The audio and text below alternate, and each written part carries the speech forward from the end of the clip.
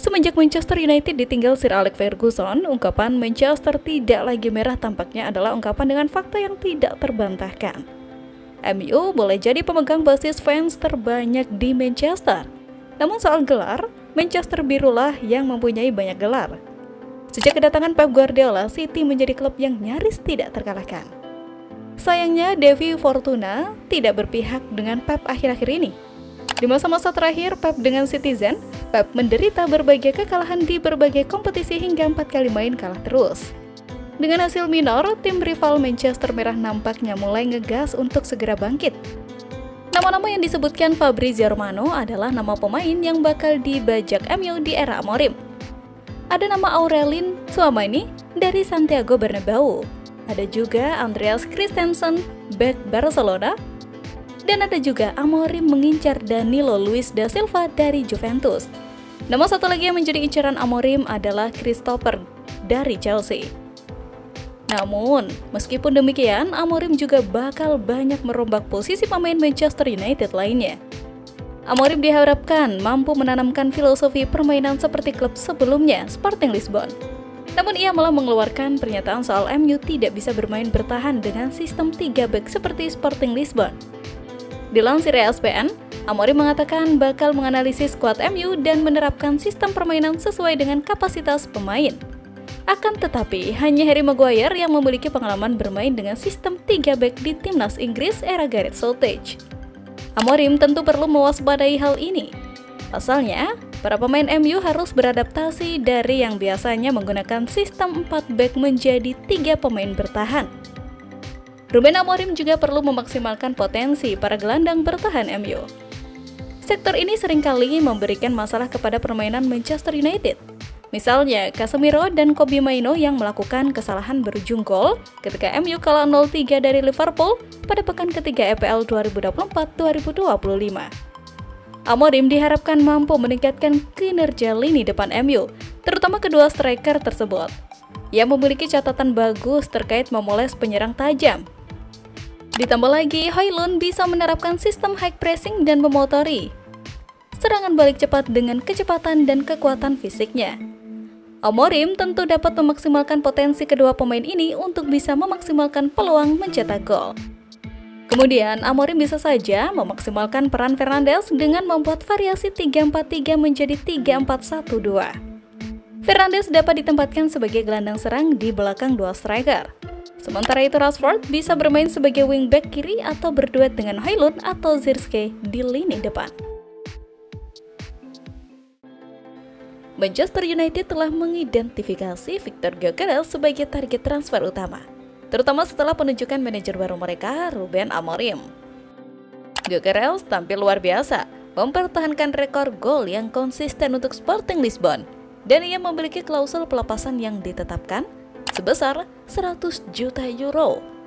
Rumor menyebutkan bahwa Gyökeres mungkin akan menyusul Ruben Amorim ke Manchester United, di mana Amorim akan mengambil peran sebagai pelatih minggu depan. Dan spekulasi berkembang bahwa Ruben Amorim, manajer Manchester United yang baru, akan mencoba mendatangkan penyerang Sporting Victor tersebut. Pemain berusia 26 tahun itu telah mencetak 23 gol hanya dalam 17 pertandingan musim ini, dan kabarnya bisa saja dijual dengan harga 75 juta euro. Di tempat lain, posisi Van Nistelrooy pun dipertanyakan pada era kepelatihan baru Manchester United. Pasalnya, Ruben Amorim akan memboyong staf yang menemaninya di Sporting CP. Van Nistelrooy sendiri memiliki ikatan yang cukup kuat dengan Manchester United.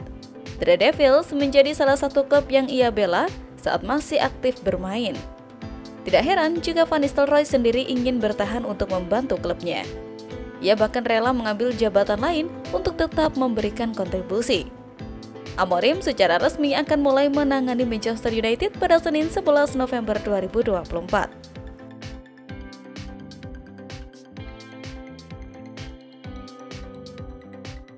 Beberapa pemain Manchester United sudah menegaskan kecocokannya dengan Van Nistelrooy. Van Nistelrooy pun ikut membantu menjaga optimisme klub setelah kehilangan pelatih utama. Andre Onana kemudian berharap agar pelatih asal Portugal itu tetap memakai jasa Ruud van Nistelrooy begitu ia tiba di Old Trafford. 100%, itu orang yang sangat baik, pelatih yang sangat baik. Jawabnya pada TNT Sport ketika ditanya apakah ia ingin Van Nistelrooy dipertahankan. Sejak ia di sini, ia banyak membantu kami. Ia punya banyak pengalaman dan banyak memberi nasihat kepada kami, ungkap Onana. Ia tampil luar biasa sejak ia di sini.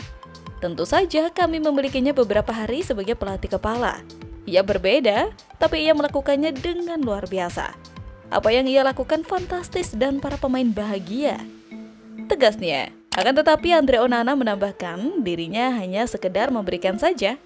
Keputusan soal masa depan Ruud van di Manchester United tetap ada di tangan Ruben Amorim. Tetapi pada akhirnya ia bukanlah sesuatu yang bisa kami putuskan. Klub telah mengambil keputusan dan kami harus menerimanya, ujarnya. Namun ini harus menjadi urusan dirinya dan klub karena pada akhirnya merekalah yang harus duduk di meja perundingan dan memutuskan apa yang terbaik untuk klub, tegas Onana.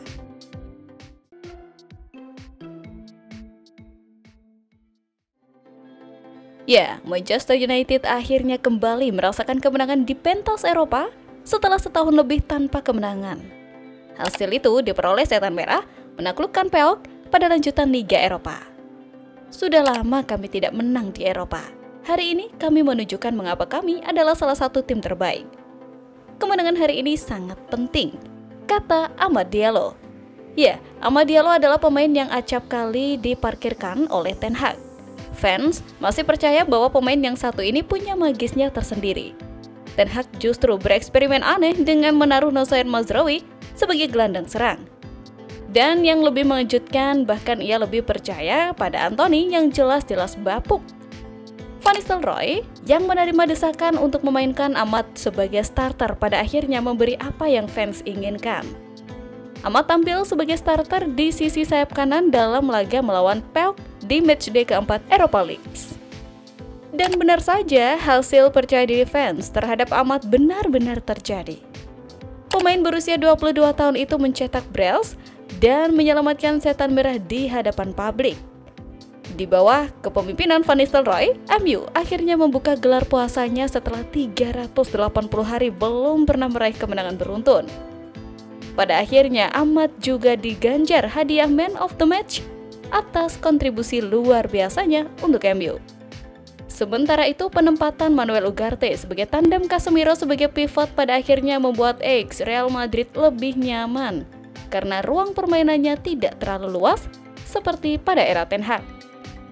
Satu lagi pemain yang patut juga mendapatkan jempol dan membawa MU juara adalah kontribusi Onana. Andre Onana mampu melakukan penyelamatan gemilang sehingga hanya menghasilkan sepak pojok buat PAOK.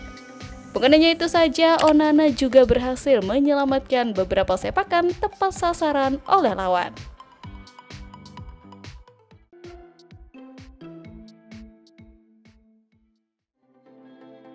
Pelatih interi Manchester United Ruud van Nistelrooy berhasil membawa Setan Merah meraih 3 poin pertama di Liga Eropa musim ini usai menekuk PAOK FC 2-0.